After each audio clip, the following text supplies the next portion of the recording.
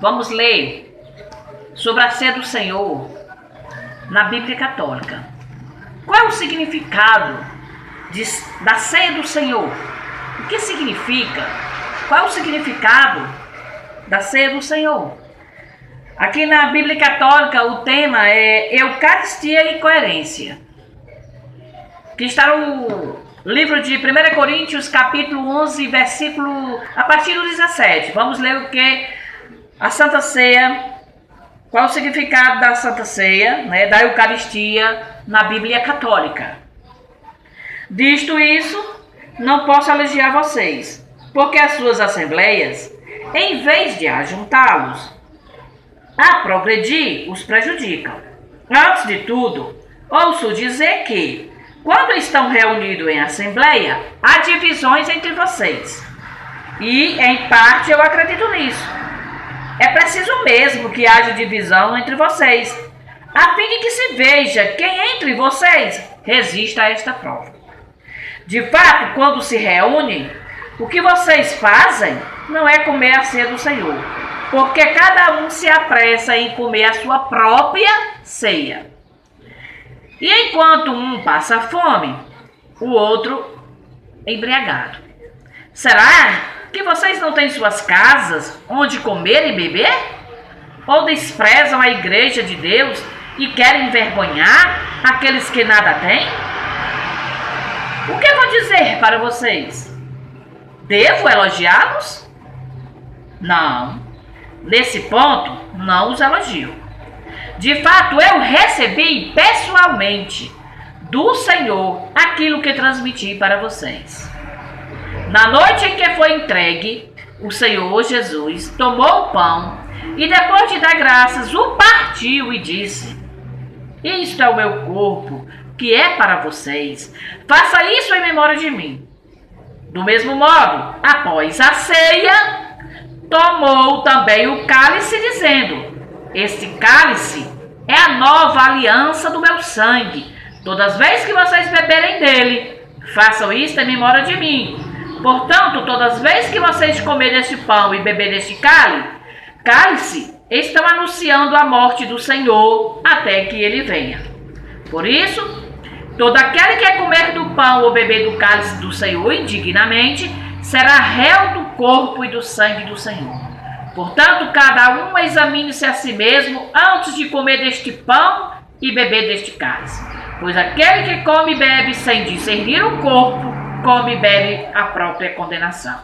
E é por isso que entre vocês há tantos fracos e enfermos, e muitos morreram. Se nós examinássemos nós mesmos, não seríamos julgados, mas o Senhor nos corrige por meio de seus julgamentos, para que não sejamos condenados com o mundo. Em resumo, irmão, enquanto vocês se reúnem para a ceia, esperem uns pelos outros. Se alguém tem fome, coma em sua própria casa. Assim, vocês não estarão se reunindo para a própria condenação.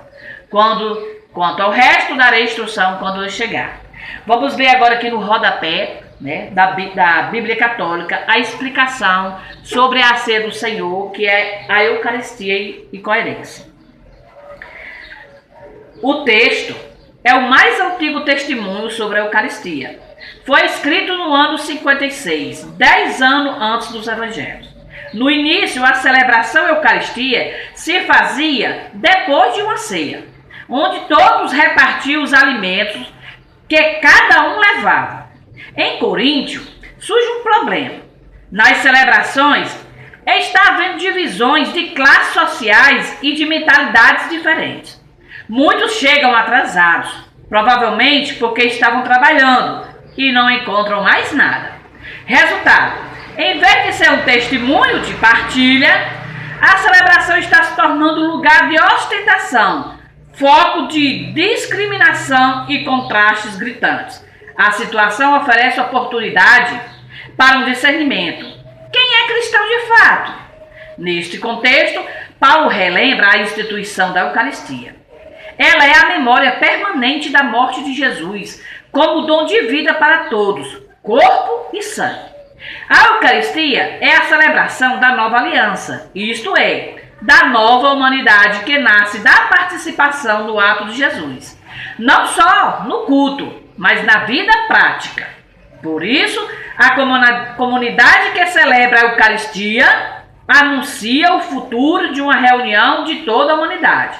Voltando ao problema, Paulo interpreta a comunidade a examinar-se.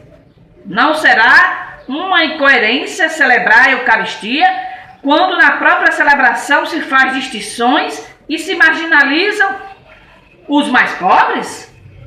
Anteriormente, no versículo 10, 17, Paulo salientara que, ao participar da Eucaristia, a comunidade forma um só corpo.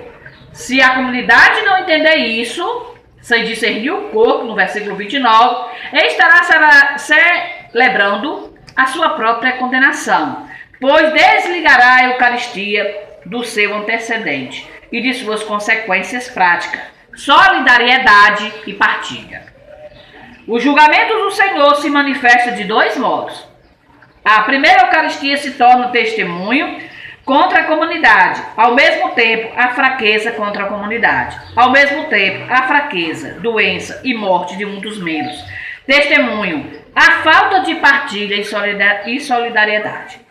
Paulo termina com duas orientações práticas: esperar que todos cheguem para começar junto a reunião, no versículo 33, e não transformá-la em ocasião de ostentação e gula, versículo 21 e 34.